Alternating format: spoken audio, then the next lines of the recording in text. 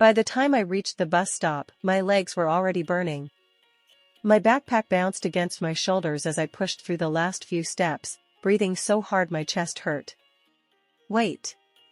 The word left my mouth before I could stop it. The bus doors folded shut. Its engine growled, and the tires rolled forward. I stood there, watching the red taillights grow smaller until they disappeared around the corner. For a long moment, I could only stare. Then I bent over, hands on my knees, trying to catch my breath. So much for making it, I muttered. My shift at the supermarket had ended later than usual. A customer couldn't find a payment card, another wanted to exchange groceries, and by the time everything was sorted out, I was already running behind. I had sprinted almost the entire way.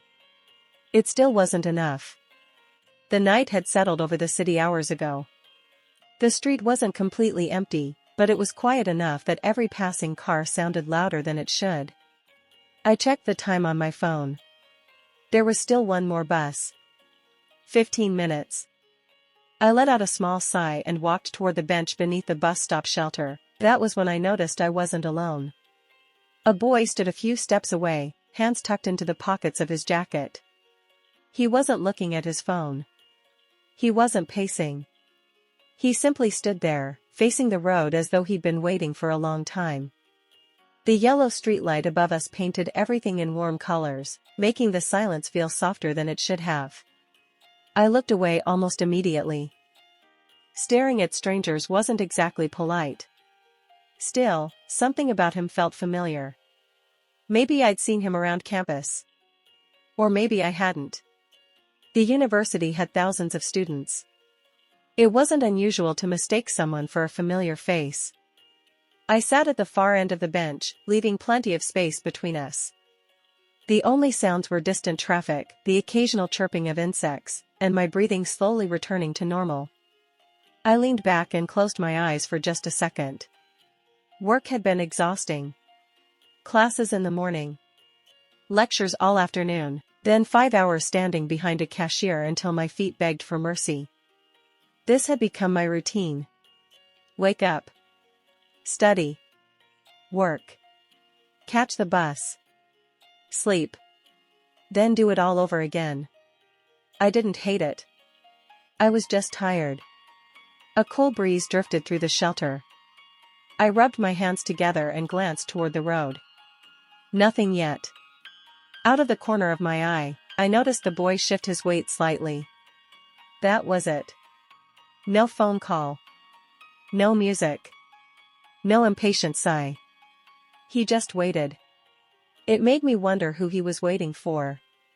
A girlfriend? A friend? A family member? Or maybe, he was just waiting for the bus too. I almost smiled at myself. My imagination had a habit of making ordinary people seem far more interesting than they probably were. The minutes passed silently. Neither of us spoke. Soon enough in the distance, a pair of bright headlights rounded the corner. The final bus. The boy stepped forward. So did I.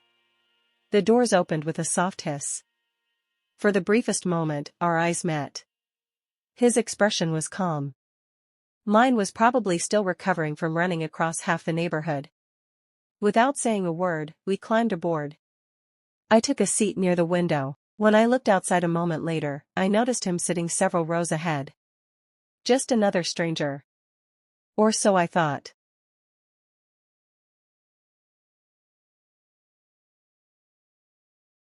I almost missed the bus again. Not because work ended late this time. Because a customer spent nearly 10 minutes deciding between two brands of instant noodles.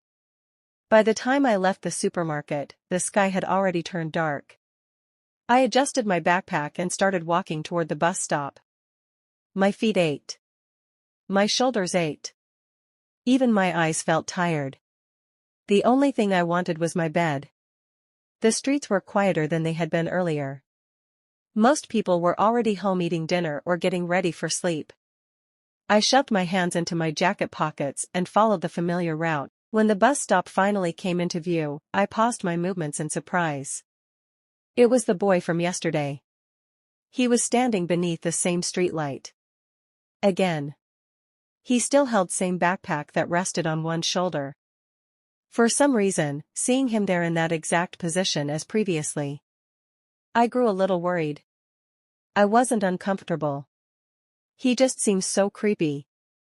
I frowned at the strange thought and sat on the bench. I don't want to seem rude. A few seats separated us. Neither of us spoke, as it should be. Cars passed every now and then. And the traffic lights changed colors. Suddenly the wind blew past my nose, carrying the scent of food from a nearby restaurant. And I couldn't help groaning a little, and gave my stomach some pat. Unconsciously, I found myself glancing in his direction. I meant to take a peek but ended up gawking at him. Immediately I looked away, tapping my forehead for being nosy. But I couldn't help looking a few times. He was just that handsome. And he looked about my age. Or maybe a little older. Yet still, he was incredibly handsome. His hair fell over his forehead and his posture remained relaxed. Unlike most students, he wasn't glued to his phone. And it made me curious.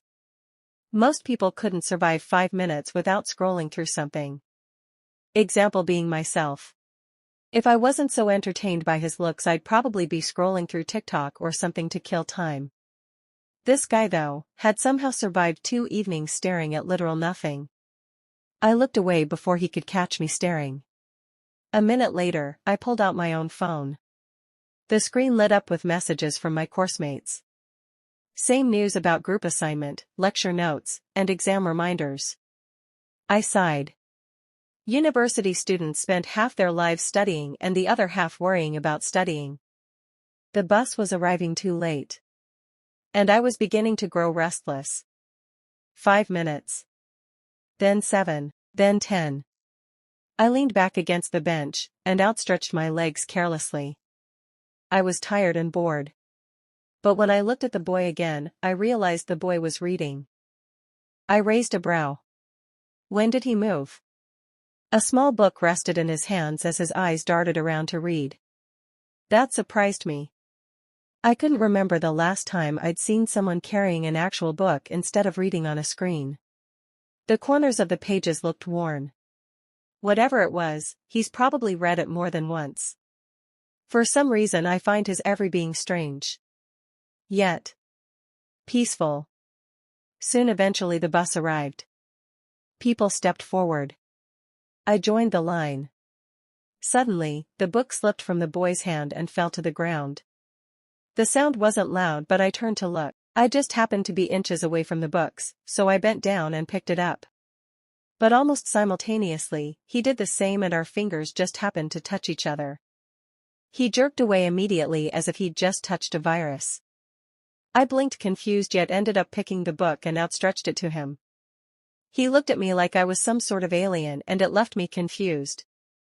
I wondered if he had a phobia of people helping him or not, because my arm had been outstretched for too long and he wasn't making any move to take his book back. Hello. I waved my hand to get his attention. He seemed spaced out. He seemed to have snapped out of his delusion and then suddenly smiled. Thank you. He slowly took the book from my hand and I couldn't help backing away from him. Right. I said so and immediately entered the bus. That guy is one creepy person. I stared at my reflection through the glass. And it did the same to me. My bangs had long outgrown into a mess. And my eyes appeared tired. It reflected all my struggles of a girl who spends too much time worrying about exams while not enough time sleeping. I rested my forehead against the cool window. Only then did I notice the boy, seated several rows ahead. The same spot I was in the previous day. He was holding the book again. I would say he was reading if only he wasn't literally staring straight at me. I was stunned out of my mind and out of fear. I felt like I had just unlocked a suspected serial killer into my life. All because I decided to help him pick a book. Life can't get any worse.